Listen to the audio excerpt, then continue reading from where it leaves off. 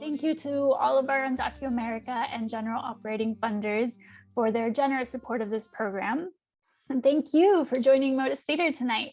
I know we're all gathering from the comfort of our own homes, but today we do want to honor that Motus Theater comes to you live from Colorado, which stands on the land of the Arapaho, Cheyenne, and the Ute. I also want to acknowledge that we're all probably processing just a lot of pain, anxiety, trauma, emotions due to COVID-19, racism, and health and economic fears. So let's go ahead and take a moment to take 3 collective deep breaths while we reflect in our mind on something we're each grateful for. Ready? Let's all take some breaths together. Inhale. Exhale. Inhale. Exhale. And the last one.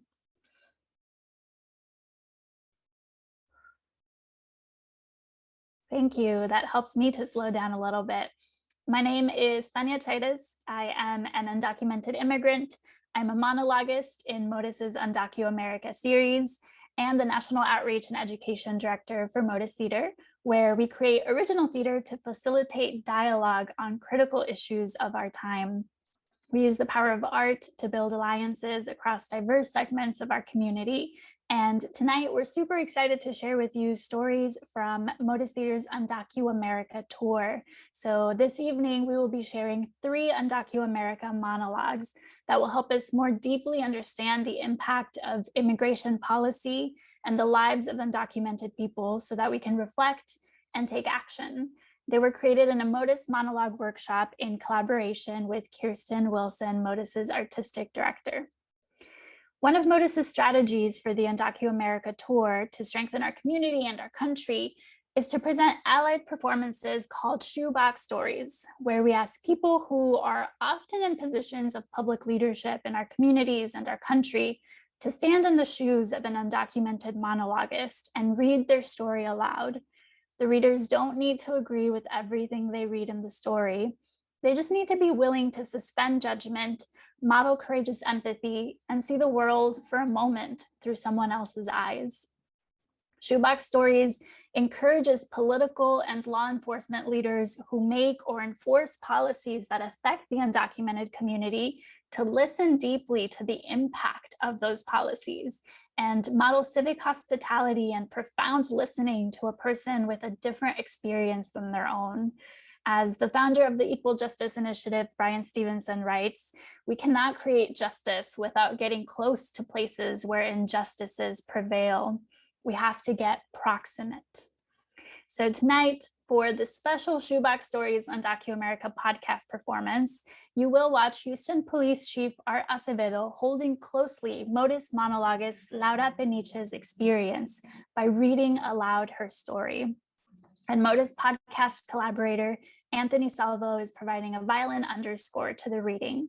After the reading, they will reflect together on the impact of reading the story. And afterwards, Chief Acevedo will sort of have a conversation together. But first, we'll start with 2 Motus undocumented monologists, Cristian Solano Córdova and myself, as we read our own stories.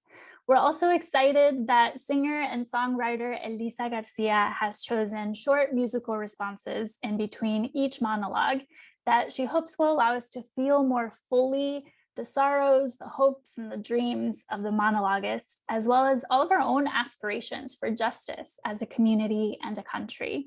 We offer this music as restorative medicine. So we hope that when she sings, you know that she's singing directly for each of you.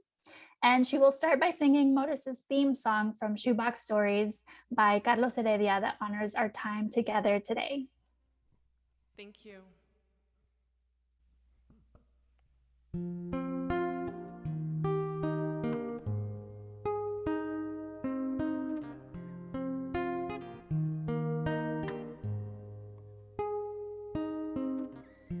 If you could just for a moment take a walk in my shoes, feel the weight of my burden, see the world as I do. Maybe then we'll find a way to live a life where each can say, I respect who you are. Take a moment to refrain from any judgment and my pain and hold my story for a while.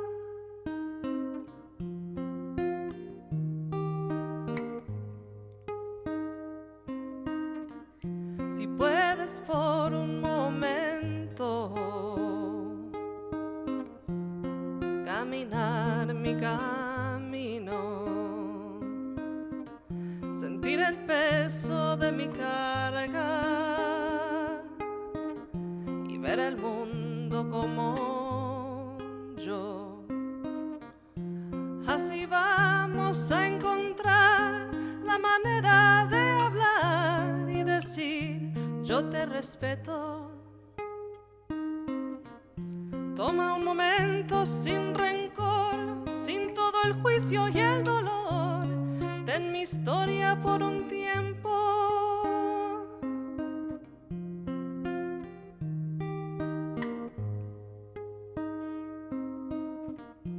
If you could just for a moment let me walk in your shoes, feel the weight of your burden, live the life that you do. Neighbor, then I'll understand. Despite our difference, shake your hand, and I respect who you are. I take this moment to refrain from any judgment and my pain and hold your story for a while.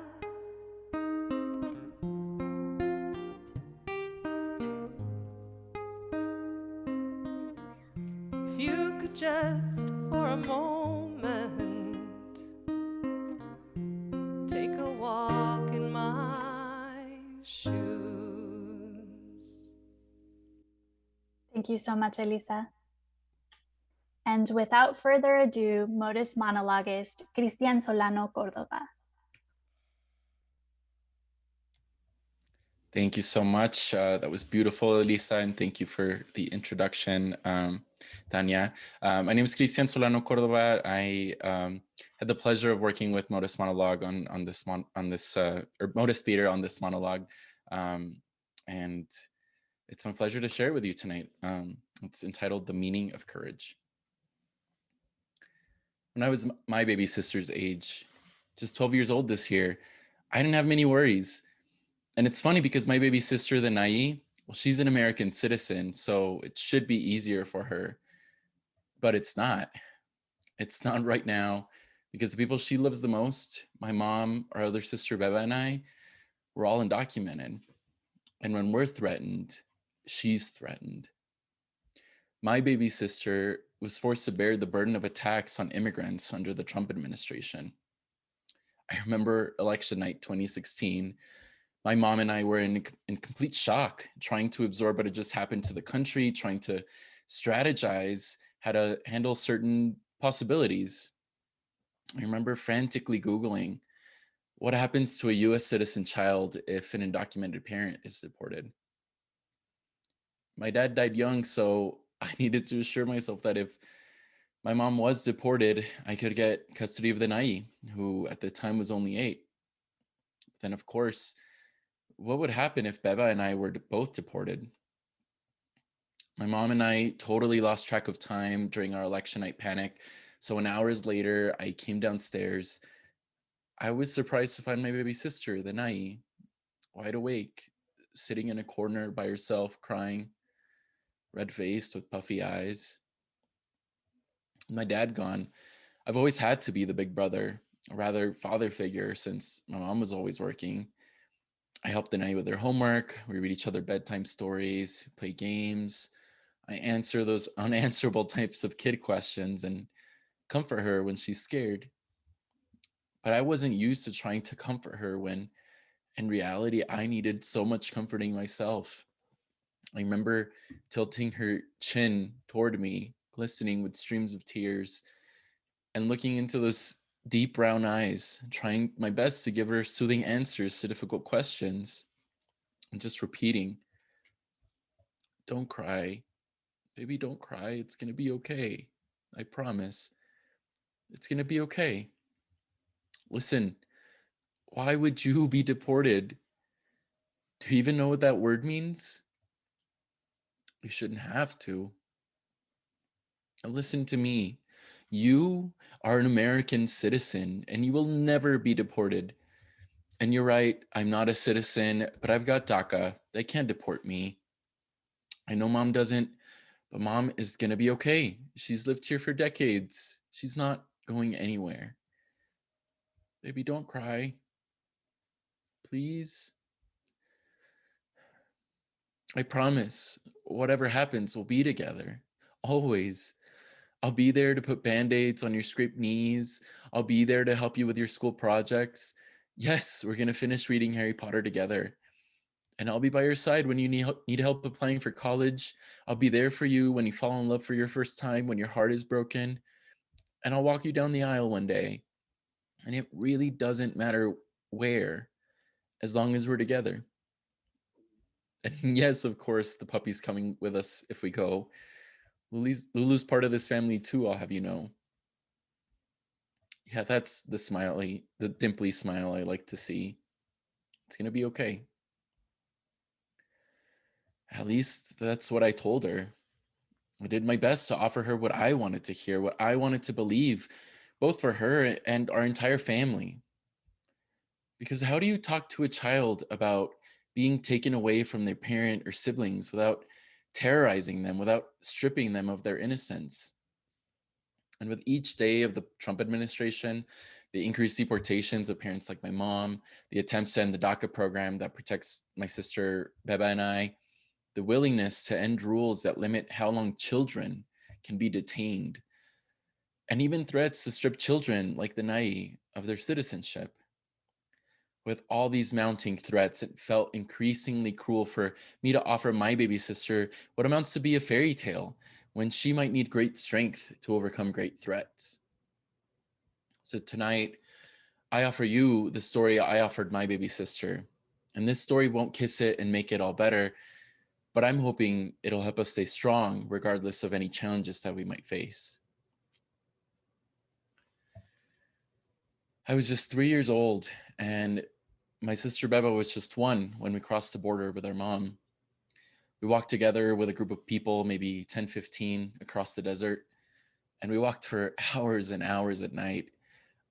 I remember we were out in the middle of nowhere following some dim silver light in the distance. I imagined we followed it because it meant we were going the right way, some shining city in the distance. And we finally got to a raised road lined with street lamps. And to avoid walking over the road that night and potentially being seen, we crossed through a drainage tunnel under the road. Mom had walked through the tunnel in front of her, or Mom had me walk through the tunnel in front of her as she crawled behind with my sister in her shawl. And Beba and I, we were wearing those little kid slide-up shoes that everybody was going crazy over that year. Mom had saved up a lot of money to buy them because we were going to be seeing our dad after a year of him being in the US on his own. So she wanted us to look our best. And those shoes, they were actually super helpful in the drainage tunnel to light the way for Mom and all the other people crawling through on their hands and knees. But of course, in the dead of night, in the dark of the desert, they were a dead giveaway. And we were finally able to see the moonlight at the end of the tunnel and catch a whiff of fresh air. The Coyotes urgently requested that my mom take off my shoes. "There's a border patrol car parked outside," he whispered. The drainage tunnel emptied out right next to a gas station where the border patrol car was parked. The officers were inside, we assumed, so we waited for a while, hoping they'd return to their car and drive away. But nobody was coming out, And for some reason, the coyotes grew impatient and abruptly told everybody to move. And in the chaos, everybody immediately scrambled, crawling behind tall grass on their hands and knees as the coyotes gave us voiceless commands with their fingers on their lips and pointing to the ground. But the ground was covered in cactus thorns and pricklies, and I didn't have any shoes. And while everyone else crawled, my mom stood up, carrying both Bebe and I in her arms, and she just started walking. And at first, I thought she was giving up because we'd surely be seen. I mean, everybody else was still crawling on the ground. But she stood up tall and walked with a defiant pep in her step, as if she belonged right there where she stood. And that's when I realized she hadn't given up. She just had faith that walking quickly and quietly was her best strategy to protect us. She was resolved that somehow, somewhere, we would be okay, and that we would find a home where a family could thrive. And I've never forgotten the look on my mom's face as she walked down the street and out into the dark of an unknown country. That is when I first realized that the real meaning of courage is not to pretend to be immune from fear, but rather to calmly and steadily take action in spite of it. Now, President Trump, he tried to caricature my little 3-year-old self as a diseased toddler, criminal, murderer, rapist, gang member in the making. And he tried to scare people who don't know any undocumented immigrants into thinking that a mother carrying her children to safety is nothing less than an invasion. But Bebe and I, we grew up beloved by our friends, our neighbors. We grew up to be strong members of our communities. We both went to college, and I even became student body president at my university. I'm not part of some invading army fighting against America, but like many of you, I'm fighting for the American ideals I know we can live up to. And he tried to take away my baby's right to citizenship, and he failed. I remain hopeful that maybe the Nai or some other young woman in this audience tonight might be our future president and help lead us to a future where we live up to our ideals to truly have liberty and justice for all. But that reality is going to take a lot of hard work, and not just on my part or on behalf of the immigrant community, but on your part too. Every single one of you. As Anne Frank once wrote in her famous diary, how wonderful it is that nobody need wait a single moment before starting to improve the world. Thank you. Thank you, Cristian. And now Elisa Garcia will sing a musical response to Cristian's story. Please go ahead and share a few thoughts in the Zoom chat about what most impacted you as you heard his story. Here's Elisa. Thank you. This song is called Las Manos de mi Madre, my mother's hands. And I wanted to give a response to Cristian's story and allude to his mother and the hard work that often goes unseen in women all around the world. The quotidian life that is not often placed into regard. And so this song talks about my mother's hands and how they are like birds in the sky. They need, like bread, need life. Bread of hope. They fly, my mother's hands are like birds flying in the sky. They fly along with the birds who love life, and they build it with hard work. Everything that is quotidian becomes magical.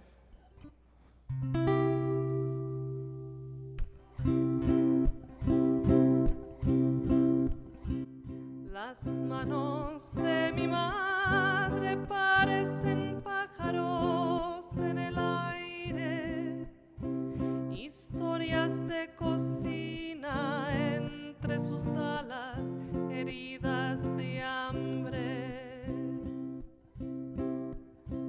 Las manos de mi madre saben qué ocurre por las mañanas cuando amas a la vida.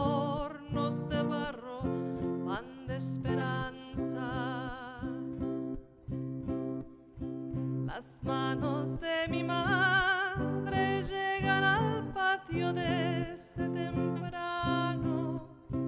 Todo se vuelve fiesta cuando ellas vuelan junto a otros pájaros que aman la vida y la construyen con el trabajo. Arde la leña, harina y barro. Lo cotidiano se vuelve mágico.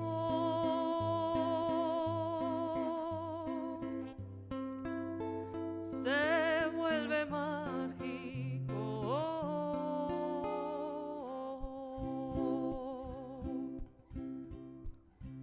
Las manos de mi madre me representan un cielo abierto y un recuerdo añorado, trapos calientes en los inviernos.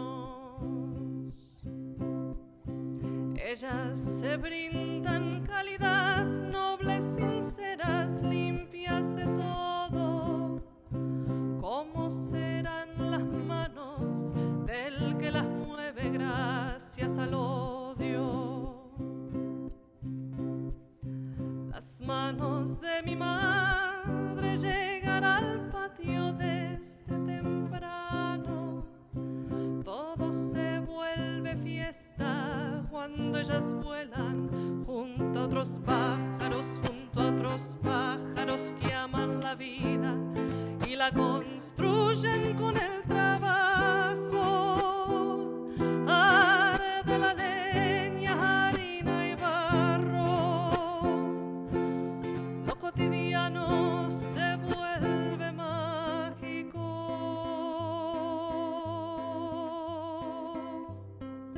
Se vuelve mágico.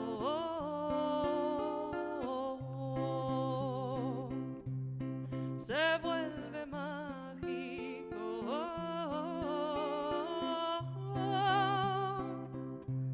Se vuelve mágico.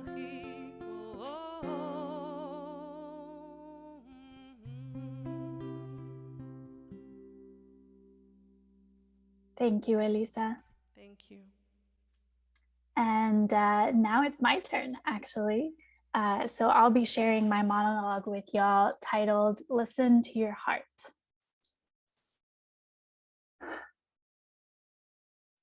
I often hear that the only way to get people to care about my struggles as an undocumented woman is to ask them to imagine me as their daughter or their sister. But I have my own family, and my mere humanity deserves respect. I was taught at school in this country that my contributions to society are all that should matter. So I've done everything in my power to be at the top of my class, get into a good college, volunteer, work hard, pay taxes to prove I'm worthy. And I am worthy, with or without all that effort, even though I often get treated quite literally like an alien or criminal, simply because I don't have an official document calling me a citizen. I also want you to know that I am proud of my Mexican identity, although it took almost 2 decades for me to embrace. From ages 5 to 18, I grew up in Phoenix, Arizona, a place where an anti-immigrant sheriff named Joe Arpaio ruled. He put undocumented Mexican immigrants in chain gang shackles, making the men wear pink underwear to humiliate them. He literally celebrated spending less money on his inmates than on his dog. And somehow this was acceptable. I grew up constantly striving to prove that I wasn't dirty, lazy, criminal, or shameful, that I wasn't worth less than a dog. I now finally have a sense of my own value. So to feel my life under attack and have most people do nothing in response, it's as if my humanity doesn't matter. And that baffles me. It's inconceivable that the very ground under my feet is falling away and I could be deported, put into a detention center, separated from my family, lose my job, my mortgage, and all I've built. And yet somehow you, my friends, neighbors, the people at the coffee shop, the grocery store, you listening to my story right now might not see my situation as urgent enough to get up and do something about it. My entire community of documented and undocumented people is under attack everywhere, left and right, day after day. And it seems most people think they've done their job simply by liking my article on Facebook. Sad crying face, maybe even angry face. People think they've done enough by staying caught up on the news so they have something to lament at the dinner table. My life is not a talking point. My life is not something to uplift a liberal agenda. And don't you dare pity me or send me your prayers. Do something. Call your senator or your immigrant phobic family. Show up at an immigrant rights meeting. Because every day of inaction is another day the status quo prevails. And the status quo is painful, even if I still have my family intact, because it hurts physically, emotionally, mentally, that most citizens don't care enough to give their time and effort to help me and their fellow human beings. Because while you're going about your business as usual, trying to keep up with work deadlines, health goals, and reflecting on your next gratitude post, those of us on the front lines of anti-immigrant attacks are fighting against the limited hours in a day, because there's never enough time to work our 60-hour-a-week jobs and then go to meeting after meeting, plan events, protests, fundraisers, and teach-ins, pouring our energy from what quickly becomes an empty cup. But somehow, at the same time, it's still the job of the undocumented community to educate citizens on how our life depends on your voice, your vote, your money, and your willingness to show up. It's not like we enjoy the fact that we need you, but we do. And I'm exhausted from pulling your weight and begging you to act like a citizen in a democracy. And because most people aren't pulling their weight, my mental health is suffering. I need rest too. But right now, I'm afraid that if I don't go to that extra meeting, if I don't share that petition, if I don't convince everyone that this is urgent, then more people will get deported, sometimes sent to their death, and another family will be torn apart. You see, it's urgent for us all the time. And someplace deep inside, you must know it's urgent too. You must. So please, just for a moment, pause, breathe. Can you hear my words? I am afraid. I'm afraid that in the end, no matter how much I fought for others, I won't be able to save my own family from deportation. Have you seen the pictures from our borders? Innocent families with young children and elders tear-gassed for seeking refuge. Do you know what is happening across our country? Hardworking immigrants, good parents just like mine, locked away like criminals in detention centers. Young children separated from their parents in these terrible tent camps are exposed to abuse and dying from dehydration and untreated infections. Do you see a war? Do you at least see a semblance to concentration camps? Can you feel your own heart telling you it is urgent? Please listen to your heart, not just for me or for the undocumented community, but for your own humanity too. Please, it's urgent.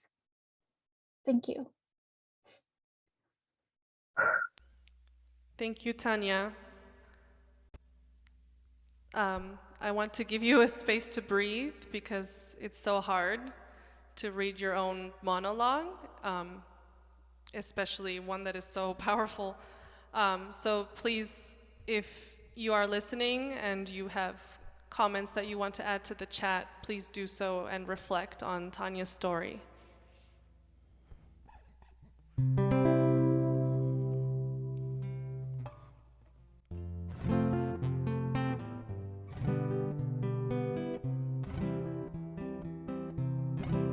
When the night has come and the land is dark y la luna es la luz que brilla ante mí. Miedo no tendré, no, I won't. Te asustaré just as long as you stand by me. And darling, darling, stand by me. Oh, stand by me. Stand by me, junto a mí. Y aunque las montañas o el cielo caiga, no voy a preocuparme, porque sé que tú estás junto a mí. No lloraré, no lloraré, no, I won't shed a tear, porque sé que tú estás junto a mí. And darling, darling, stand by me, oh, stand by me, junto a mí, stand by me.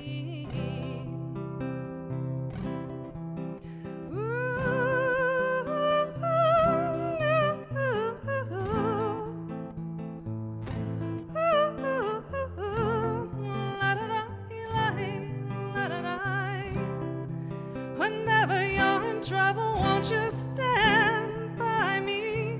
Oh, stand by me.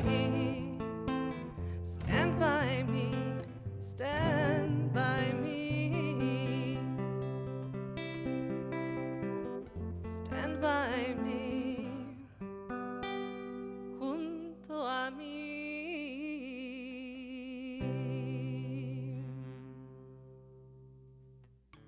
Thank you so much, Elisa. Thank you. And finally, please welcome Motus monologuist Laura Peniche, who will introduce Chief Acevedo.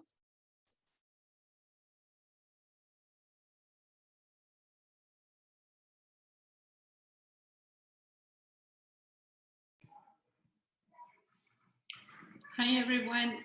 Thank you so much for being here. I really think that this conversation is important in our communities and in our country as we are reimagining a world in which there is public safety for everyone.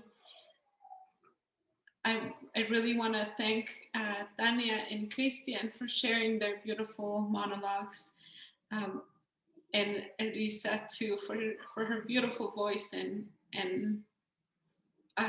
for making me cry. I needed that. So I hope that with all due respect, you would take in this story, that it really represents the story of many, many people who come to this country seeking life and seeking freedom. I will be happy to answer questions afterwards. Thank you, everyone.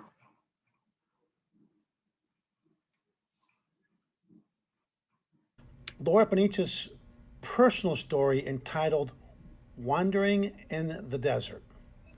I need to talk to you, my fellow Christians, my brothers, my sisters.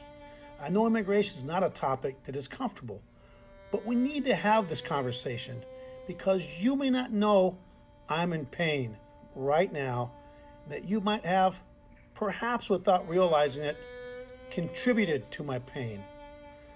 I share my heart knowing that you are good people. I have seen you help out at church and at the shelter and care for the elderly. I have seen you bring food to the homes of people in need, and I know that most of you don't really mean for all immigrants to be deported. So I don't understand why so many of you support leaders who are promising to deport my mom and dad. Many of my brothers and sisters of faith tell me I don't have to worry because they will be there to support me, and that they would never let anybody take me personally. But those same people are helping to elect leaders who have the intention of separating parents from their children, deporting millions of immigrants who are just trying to support their families. We often get disappointed by our politicians because they don't fulfill their promises. In this case, I know many Christians are actually counting on our elected officials not delivering on promises to deport all undocumented immigrants. But these hopes are not enough for me right now when I'm being told that I should fill out an emergency plan for my children's school so they know who to call if ICE picks me up. The thought of this possibility is forcing me and my children to live with so much anxiety. I really don't think you want my children taken into foster care, left up for grabs to a destiny without a mother. There's a teaching in the New Testament about a woman who was about to be killed by a mob because of her sins. But despite her transgressions, Jesus stood up for her. He challenged those who had never committed a sin to throw the first stone. And there was no person able to throw a stone at the woman. Of course, many Christians feel my family and I made a mistake by coming here undocumented. But if you know me, you know we didn't come here to cause harm, but simply to preserve our own lives. We were hungry and we needed bread. We were thirsty and we needed water. We were persecuted and we chose life and freedom. I want you to know from what I have seen in my community, most people who are undocumented cross the border, like my family, just trying to survive. We would have chosen a safe and legal path without wandering in the desert, without the freezing nights, without the cactus and thorns digging into our feet, without the threats of robbers and smugglers, without carrying tired little children for miles and miles, if there would have been another way. I also know from my personal experience crossing the border that my family and I were not alone. We were held by God's hand into this country. And when I see the beautiful faces of my healthy, happy children, I know that I was meant to be here. And I am so grateful to be part of my community and our country.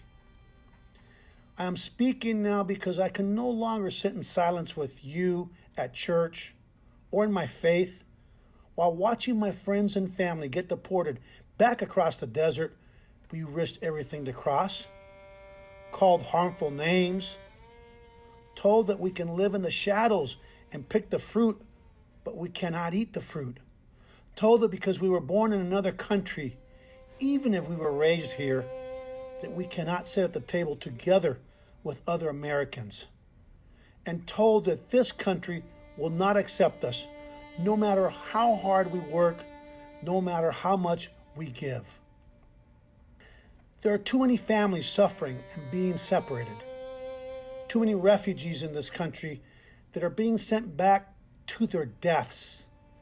There are too many of us devastated by the pressing circumstances around us, like watching the little children in the cages exposed to abuse, the tear gas in the eyes of mothers and fathers, the realization that at any moment our beautiful life, as we know it, could be over. I find guidance in the teaching of Jesus and the way he stood up in front of the mob to save a life. I pray my fellow Christians will stand with me against cruel immigration policies and help me save the lives of my family, my friends, and many other parents who are just trying to provide for their children. If you believe in Jesus, you know that Jesus loves you.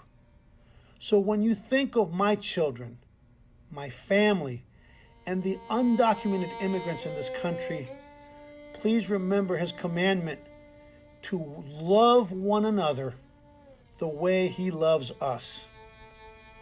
Everyone makes mistakes. I have, you have, and I believe our leaders have too. But we can learn from our mistakes and stand together in God's love. Thank you, Chief Acevedo. What most impacted you when reading the story directly to Laura?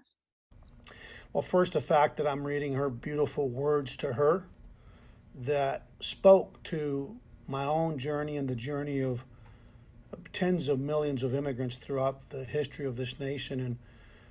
And it reminded me of when we were ready to leave Cuba in 1968, that the Cuban Communist government would, at the last second at the airport when we were leaving to become political refugees, would call the head of the household, the father or the mother, and force one of the parents to stay behind just to be cruel. And I remember that when we were leaving Cuba at the airport in Varadero Beach, outside of Havana, that they called my father's name.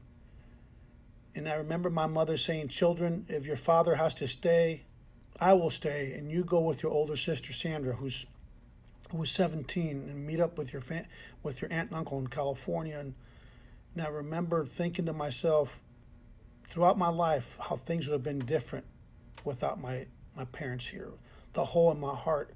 And then when I think about Jesus and the teachings of Christ, you know, you can't choose and pick, if you're going to be a Christian, what verses of the Bible, whether it's the Good Samaritan, or if you think about the first immigrants in the history of humanity were the Jews. And who delivered the Jews in the book of Exodus? God himself. So if God delivered and showed the way to the first immigrants in the history of humanity, this nation that was under God should do so not just in words but in deeds. And I hope that we don't run away from our history of being the last bastion of hope, and the greatest bastion of hope for humanity. Well, you know, this is a country that was founded by immigrants, built by immigrants, sustained by immigrants, and the only way we're going to remain a world power is to continue to welcome immigrants into this country. And I want to thank you for your courage and your parents' courage, and you give me strength, and I'm honored to share and read your story. Thank you. What most impacted you, Laura, hearing Chief Acevedo read your own story back to you?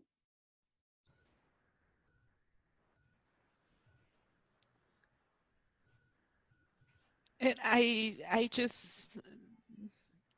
didn't imagine how much it was going to impact me, actually, to have someone else read my story, but especially Chief Acevedo, who has a similar story to mine of migration.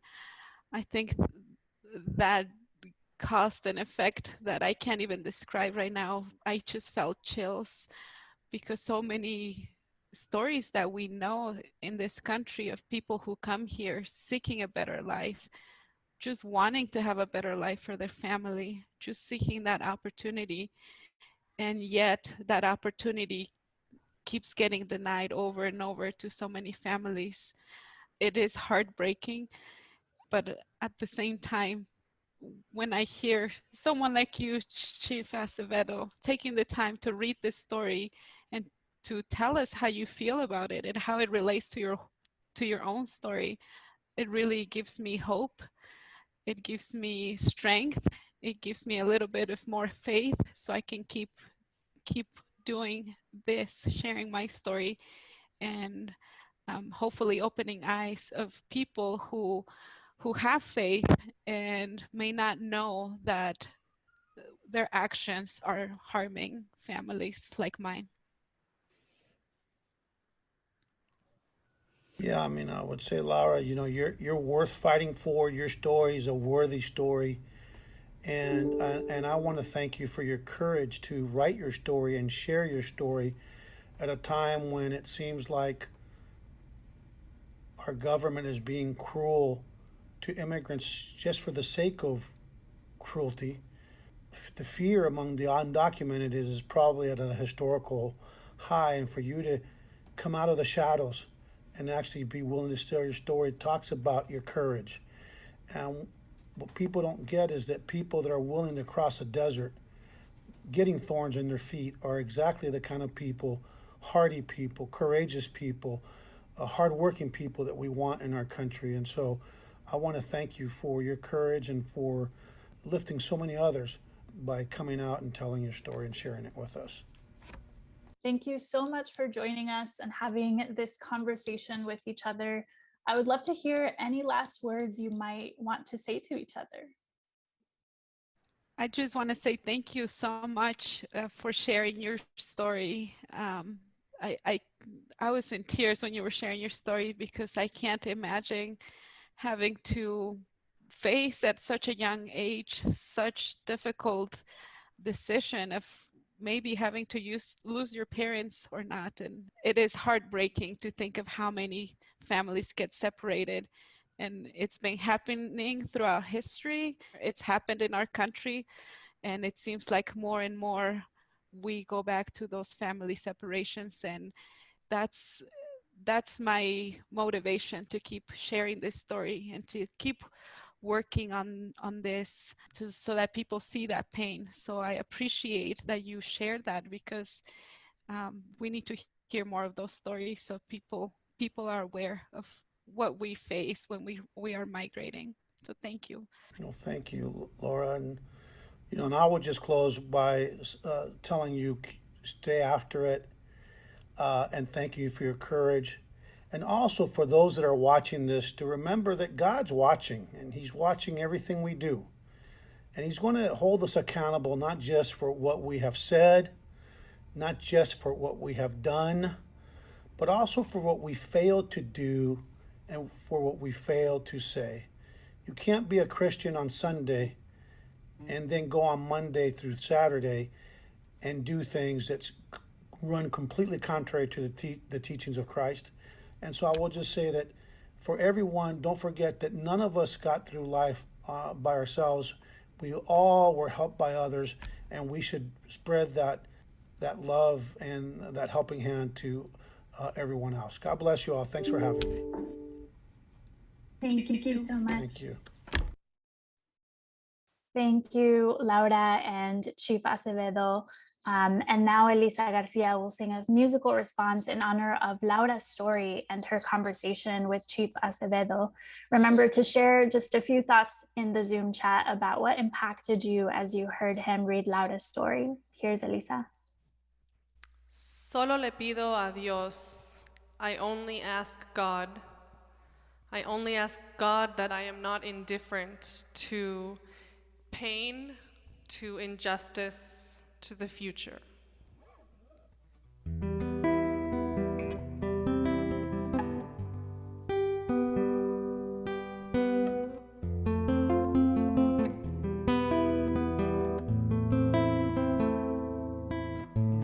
Solo le pido a Dios que el dolor no me sea indiferente,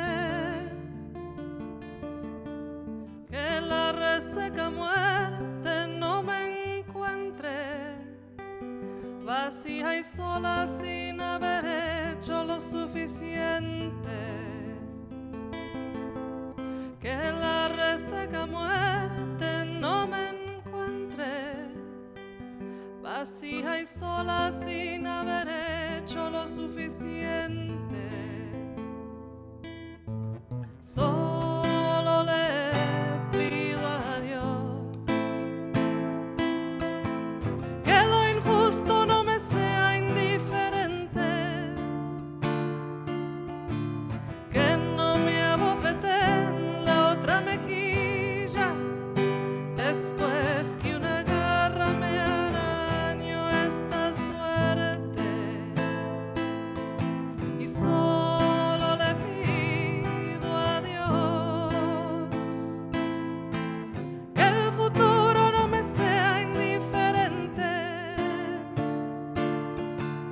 Desahuciado está el que tiene que marchar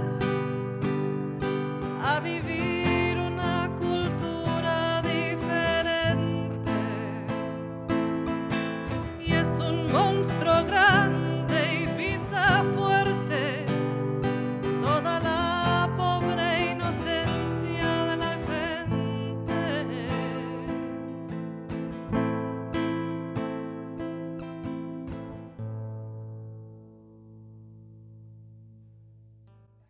Thank you so much, Elisa. Thank you. Thank you for gracing us with your musical inspiration to keep us moving towards justice. We appreciate you. And of course, thank you to Cristian and Laura for sharing your truth to transform the immigration system, and to Chief Acevedo, who modeled civic hospitality by deeply listening and reading the words of a person whose life is impacted by the immigration system and the laws that he is sworn to enforce. Those of you on Zoom will now see a poll pop up on your screen asking the level of impact of hearing these stories. So take a moment to submit your answer. And in the meantime, I'll go ahead and highlight some of the powerful reactions that y'all shared in the chat. I know that for Cristian, some of those comments highlighted the bravery and determination of his mother and their strength of character.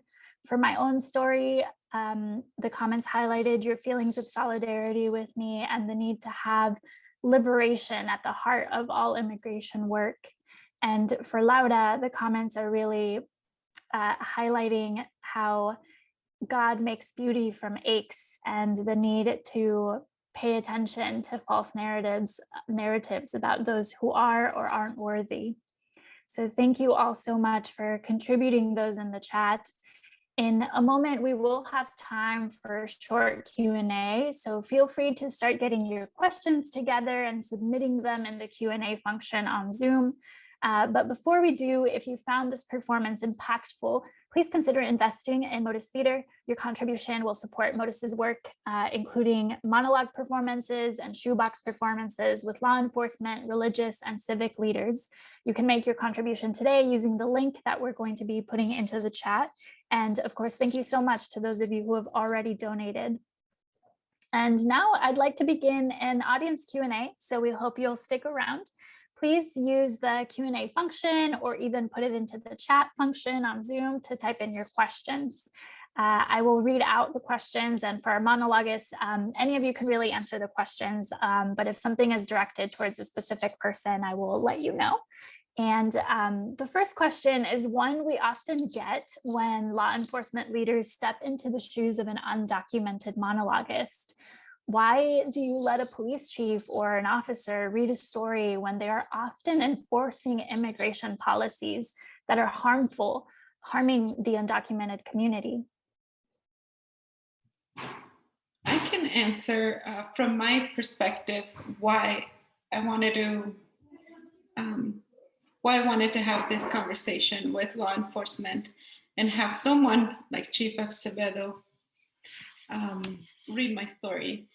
And that is exactly, I mean, the question that was posed is the answer. I work for the Colorado Immigrant Rights Coalition as a hotline coordinator. And through this work, my work is to document incidents of ICE activity in Colorado.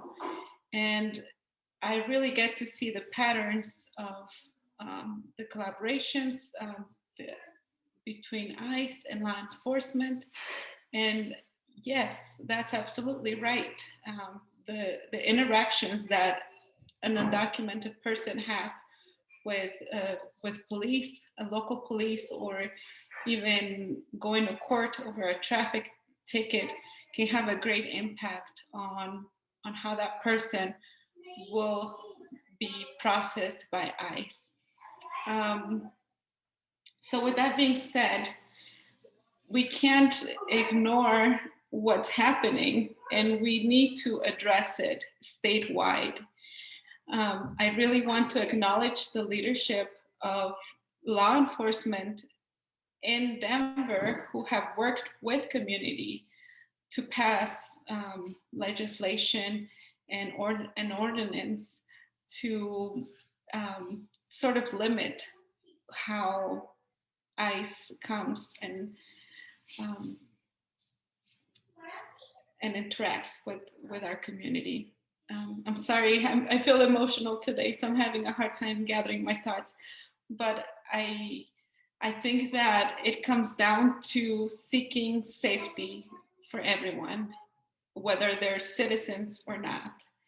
And I really am calling on law enforcement in our state, in our country, to really step up and work together with the immigrant community and not leave us out of the conversation, because we really are losing time. People are dying both in jails, trying to cross the border, in immigrant detention centers. These are real issues that are urgent. And whether you believe the police have a role in our communities or not, we need to have conversation on what public safety looks like for everyone. So all I know is that as a person of faith, I have to believe in each other, and we have to trust each other in order to build the world that we all want to live in. Thank you so much, Laura. And Cristian, do you want to add anything? Yeah, I think this is part of a larger conversation that is happening in society right now around like the role of police in our lives, right? Given all these things that we've, a lot of people have learned over the last year, where, these injustices have always been happening, but now we have cameras to film things. And so it's a part of a larger conversation. But at the same time, like we can't just retreat into our corners and expect change to happen. Go in and only talk to people that agree with us and that think like we do. Real political change happens when we move the like 80% in the middle, right? Like there's 20% on one side that are never going to change their minds, 20% on the other side that already agree with you. And if we just retreat to our corners, like that's not going to do anything to move anybody in the middle. And to me, I think this is an exercise in harm reduction. If you there's harm reduction is like a mental health term, right? I've seen it mostly used for people that have like substance use issues, and harm reduction in that context is like not necessarily cutting someone off from your life, but like being there as a support, not enabling them, but like being there to help them like understand a different things that can help them out. And I think in this circumstance with police, I think the immigrant rights movement has been interacting with police movements or police departments as a way to reduce the harm that's done in communities, right? It's not saying we agree with everything that police departments do or agree with everything, all these other movements, right? Which in many cases I do, but yeah, it's an exercise in harm reduction. At the end of the day, it's about limiting the interaction of like undocumented people with police, because criminal justice interactions can lead to deportation very easily. And so if we're able to work with people and help them understand where we're coming from, like oftentimes they know, that deportations are happening, but they don't understand how it impacts, real people, right? And so yeah, I guess that's my point. It's an exercise in harm reduction, and it's an exercise in depolarization. We can't continue just retreating into our corners and expecting this political polarization to just, dissolve away. I love that. Yeah, thank you both for sharing. I think the only thing I have to add is that Motus Theater really functions under this idea that the enemy is someone whose story you haven't heard. And I think about that, right, when we collaborate or even just have different people reading our stories, perhaps they hadn't had, those specific experiences with people who are undocumented, where they would really like think about us when they're passing policies or enforcing policies. And so the hope, right, is now that Chief Acevedo will always think of Laura when he does anything in regards to immigration. He will remember this story. And I think that in itself is so powerful, because every time that someone remembers our stories, then they're holding us just a little bit closer as they're making decisions that impact us, which is just so critical. Thank you all for your questions. I know that much earlier there were a few questions about whether or not this event is recorded and how you can share it with others. Yes, this event is recorded, and it will be turned into a little video that you can share with your friends and family, and to make sure that the conversation keeps going with everyone. The next question that I see is, what has been most helpful to each of you in your journeys?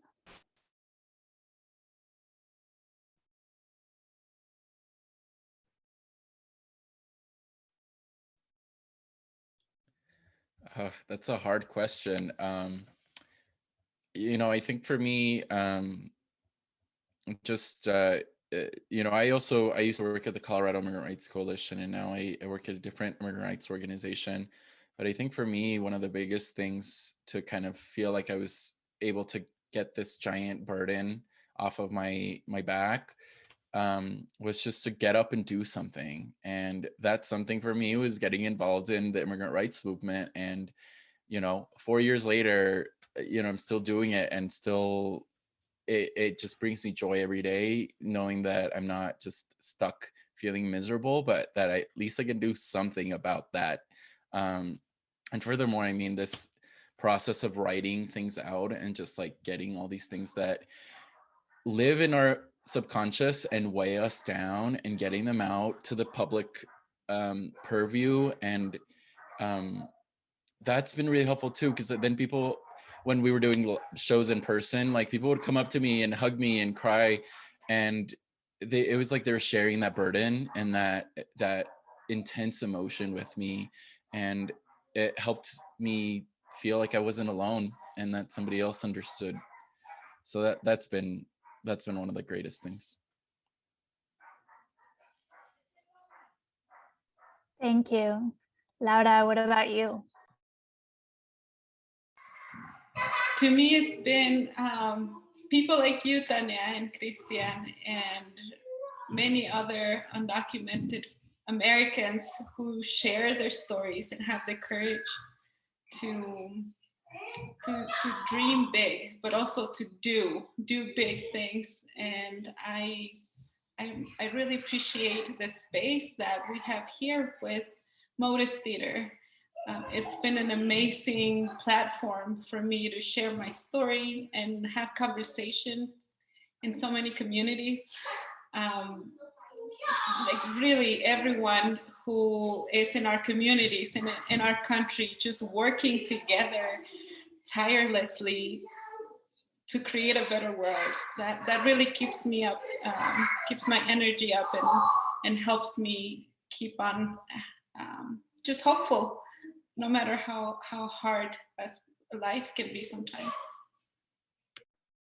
Thank you, Laura. Yeah, I mean, I think as for myself, I do a lot of work with students, with young people. And the really amazing thing is that often for us as undocumented people, we feel that there's this lack of control, right? Because politicians have the control to change our lives today, tomorrow, the day after, the years to come. It's sort of always this game with them.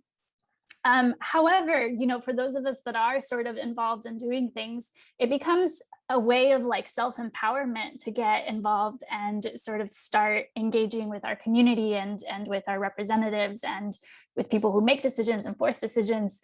And so for me, I always talk to my students about and encourage them to get engaged in whatever way makes sense for them, because that is a form of self-empowerment and a way to regain some of that control, sometimes in this experience that feels just so overwhelming and uncontrollable. So I definitely agree with Cristian and Laura. It's always been about community. It's always been about staying engaged and staying involved. Yeah, I love it. There's another question that I think is a little bit more back to where we were discussing around law enforcement. And so it asks, how can police departments in general deal with anti-immigrant mindset within the department? Is that possible? What would be our suggestions? I think it's possible and doable. I think it would be really helpful if more law enforcement agencies would hear our stories the same way that Chief Acevedo did, and step into our shoes and allowed us to hunt them with our stories. Because, yeah, if we don't understand each other, then I don't know how we can work together to create the changes that we want to create. So that's what I would suggest. And there are trainings out there on how to keep communities safe and how to protect all people in our state, regardless of their status. So I think that it will take a lot from the leadership of the law enforcement who are already doing this work with the immigrant community to kind of be leaders and encourage other law enforcement in other parts of the state and the country to also follow the new way that we are seeking. I think, that's one strategy, but I think for me, there's also, it's more to recognize that a lot of sheriffs are elected and a lot of like police department chiefs are appointed by mayors, and people elect those positions, right? So, that's a way to provide feedback to the system. But also, there's laws that we can pass to limit how much they can work with, ICE, Immigration and Customs Enforcement, that will take that option out of the individual's hands, right? So and we got to do both strategies, right? We got to change hearts and we got to change laws at the same time. So I think it's essential we take both of those strategies to kind of achieve that harm reduction outcome. Definitely. Yeah, both of you are spot on. I think in my mind, it comes down to the bravery of people in law enforcement and people outside of law enforcement.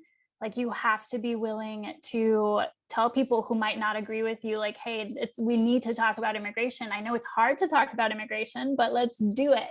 And that's where it begins. And then from there, we sort of, go forth into all of the different strategies that need to happen.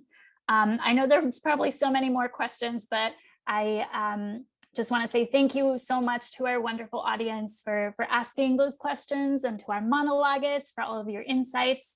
At this moment, I hope you will take just a moment to answer another brief poll question that's going to pop up on your screen. And Elisa Garcia will now share a final song to inspire us to move towards action together.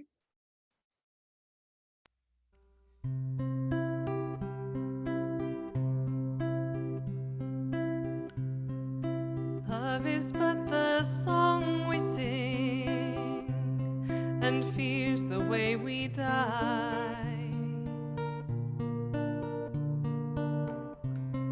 You can make the mountains ring, or make the angels cry.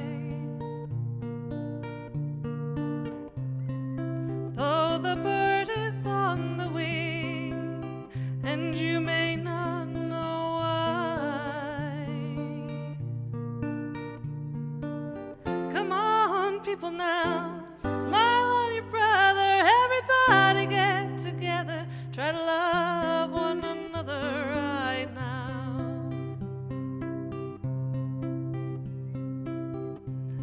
Some may come and some may go, we will surely pass.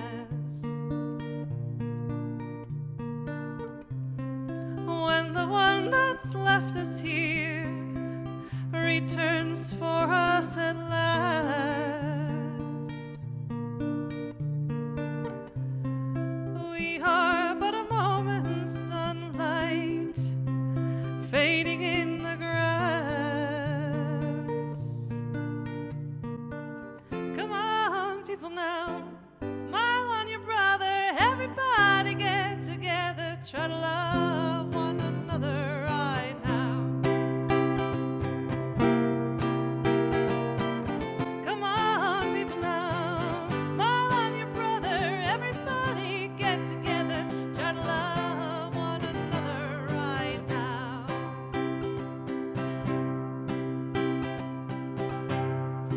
If you hear the song I sing,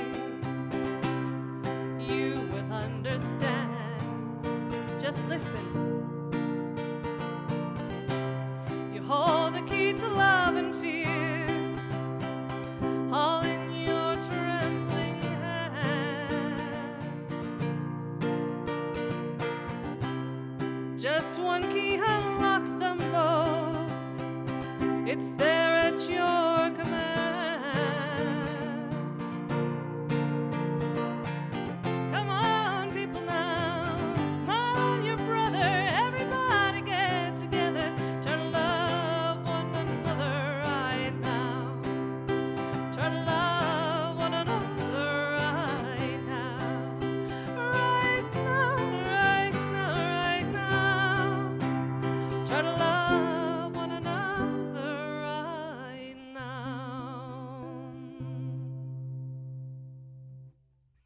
Thank you so much, Elisa. Thank you. I feel like I went through so many emotions ending in joy, so I appreciate it.